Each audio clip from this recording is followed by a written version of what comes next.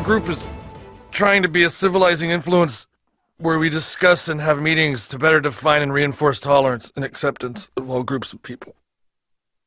And do they have booze at these meetings? They serve refreshments, yes. Randy would get it, right? They are fearless. They are to the point. They ask questions no one else would dare, and they take chances no politician or pundit would even consider for fear of their personal and professional lives. Who would have thought that one of the longest-running television shows in modern history would nail issues so perfectly without a single human performer, leaving it all up to a bad animation team and a bunch of figurative sixth graders? A new season of South Park begins tonight, taking on Deflategate, Caitlyn Jenner, and whatever else rolls off their potty-mouthed tongues. And why does it feel like we need Cartman, Kyle, and Stan now more than ever before? Our guest is philosopher, author, and editor of many pop culture books, including the relevant one here, The Ultimate South Park and Philosophy, Respect My Philosophah. You'll get it if you watch it. Dr. Robert Arp joins us on the show. Doctor, thanks so much for being here. I'll bet you never thought that at this stage of your life you would be talking about bad animation and sixth graders, right? That's right. But I got to tell you, when you think about it, is it not fair to say, I mean, South Park has been taught in schools, it has been taught at the college level. When it comes down to being socially relevant, there may be no show that nails it so perfectly every week, and they're on top of things. They don't wait weeks. They're there in a couple of days after something happens. Yeah, it's absolutely amazing. I am convinced that it's amazing that it's a cartoon, and it's probably the only show in the history of television to do exactly what you just said, which is to take a look at hot-button issues and almost immediately.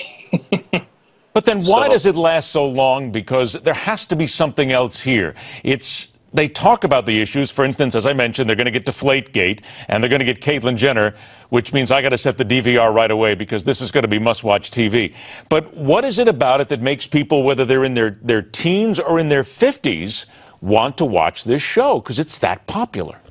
Well, what it is, quite simply, is they take the extreme of one position, and then they take it past the extreme, and then they take the extreme of the other position, and they take it past that extreme. They show you the absurd results, absurd thinking, absurd consequences, absurd actions that result from thinking in an extreme, zealous, foaming at the mouth kind of way, whether it's an extreme Republican, extreme Democrat, extreme conservative, extreme liberal, an extreme religious person, or an extreme, non-religious person. Well, let me stop you there as far as religion is concerned, because we all remember with South Park, they went too far at one point where they actually had Muhammad, and that was an episode that aired once, and then it's never aired again in its own form here. Do you think that the guys, they learned something by this, or do you feel that sooner or later they're going to hit this again? I mean, it almost seems as if sometimes they have a death wish and they're happy to tell you. Yeah. I'm sure that's they probably had a death wish, and then when that death wish was becoming a little bit too close to reality, that's why they decided to pull it. I think there's no doubt that they should show those images, and we should be doing that on a regular basis, just to kind of as an affront to that insane thinking. Okay, now wait, right there, where you said that, we should be seeing it again, and we should be seeing these things, for instance, who they lampoon and why they lampoon them. Isn't that part of what needs to be taught about this? And I know it's, some people are just going to go, you guys are crazy, you're talking about teaching with a cartoon show here. But this does teach you to look at things, and it does take things on. It makes you think, and at the end of the day, isn't that what successful comedy and successful lampooning is supposed to be about? Yeah, as well as successful, critical, adult, rational thinkers. So, absolutely. That's exactly what it's all about. Are so they good, though?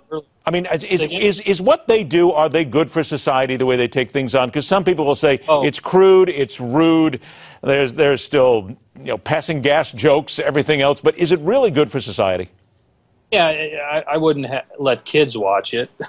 Never. I think at the early college age. I mean, I've taught it many a time in a college classroom, and it's taught, like you said, yeah, in colleges, universities all over the world. They use South Park episodes to as a springboard into talking about hot button issues, as well as it's the one show, even more so than Star Trek, that actually hits all the major areas of Western philosophy and a lot of Eastern philosophy as well. Metaphysics, epistemology, as well as ethics, social political philosophy, and then logic. All right, I have two things for you here with about 45 seconds to go. Do you think that we will probably see more of Donald Trump on South Park this year than we have ever thought we would ever see? And who's your favorite character? The answer to that is yes. We may see Donald Trump next week. Oh, excellent. Given what you had just said about how quick, and obviously it's got to be Cartman. I mean, it's like, well, you don't look fat, but you don't look fat, nor do you look big boned. Right. But it just blew me away. It was the funniest thing I'd ever seen in my life when I saw the Christmas episode in '97, '98. That's what I got to be honest. I have most of the episodes at home, and I'll watch them over and over again. And the movie, still to me, is one of the funniest movies ever made in the history of film. A reminder to everybody, the book is the ultimate South Park and philosophy. Respect my philosopher, and respect my authority. We want to thank Dr. Robert Arp for joining us. Dr. Arp, thank you so much. Enjoy the episode tonight. Coming up next, secession, panic about a military takeover, and a kid charged with making a bomb in class. Around the dial, welcome to Texas. Coming up next, right here on The Hardline.